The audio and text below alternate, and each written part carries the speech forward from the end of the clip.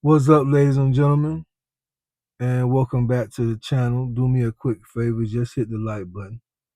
That's all you gotta do. Just tap the like button. Go ahead and get it out the way, and I would appreciate it.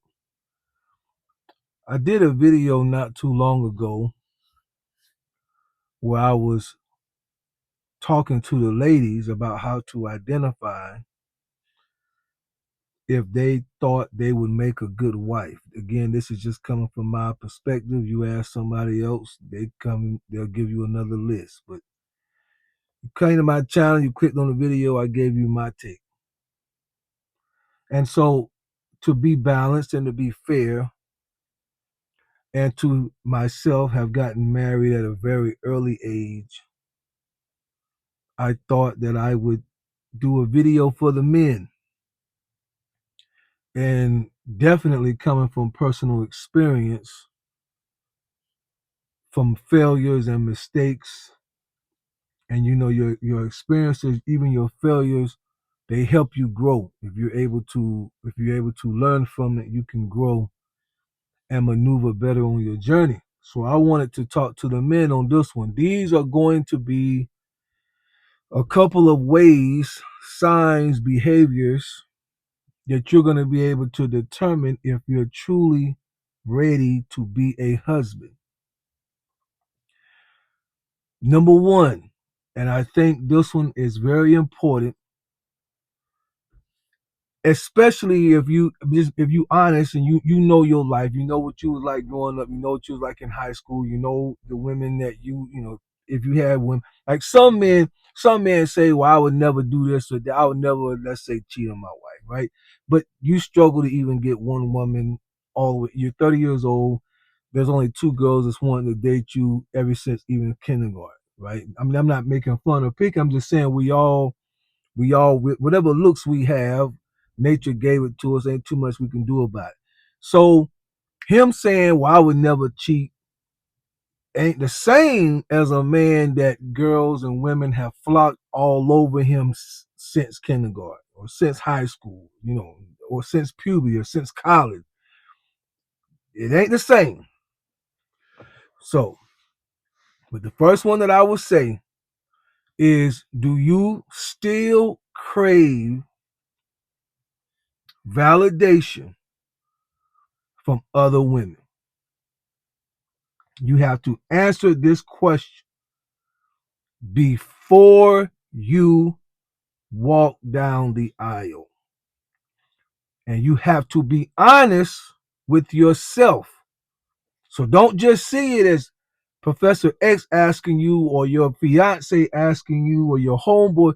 You have to sit in a seat in solitude and ask yourself, do I still crave validation from other women? And remember, if you watch my videos, validation is how you feel about yourself based on the attention that others give you. If you still crave validation from other women, it usually means that your identity and your confidence are external. Now, there's nothing necessarily wrong with that.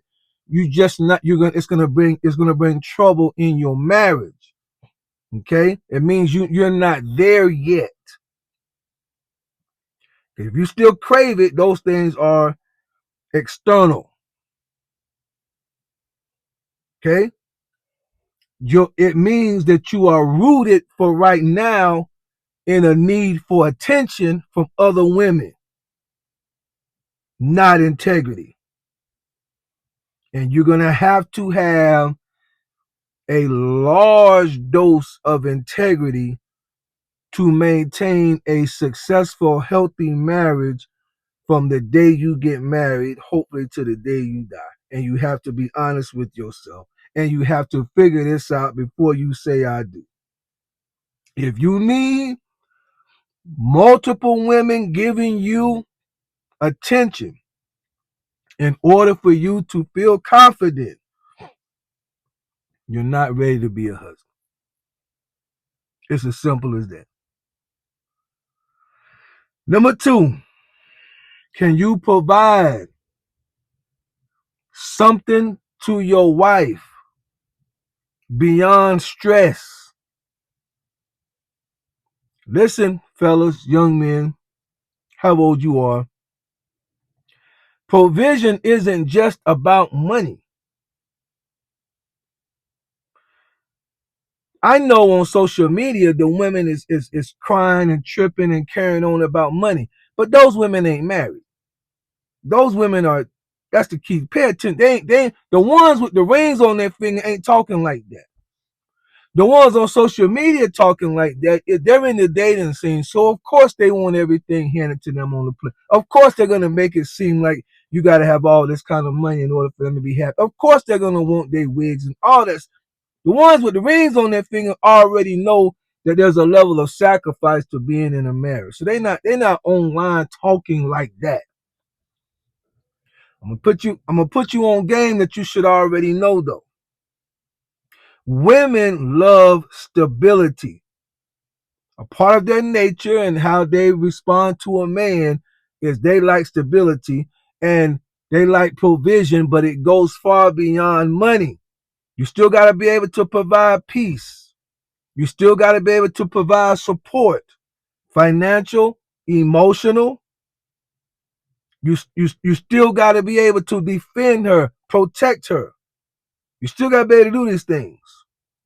If you can't provide security to your future wife in any form, you're not ready to be a husband. I'm just telling you, stay single. It's okay. Nobody's judging you. Stay single.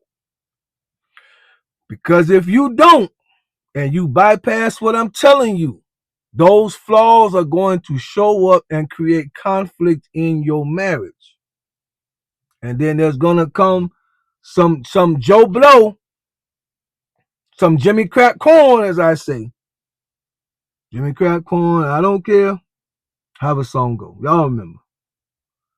Some Jimmy Crack Corn gonna come along with his stuff together, but he a player and he gonna be able to talk your future wife right out of her Victoria's Secrets because you ain't got your stuff together. Not because she's a 304. Because I'm telling you now, don't do it. You have to be able to provide more than just money. Can you lead without being controlling?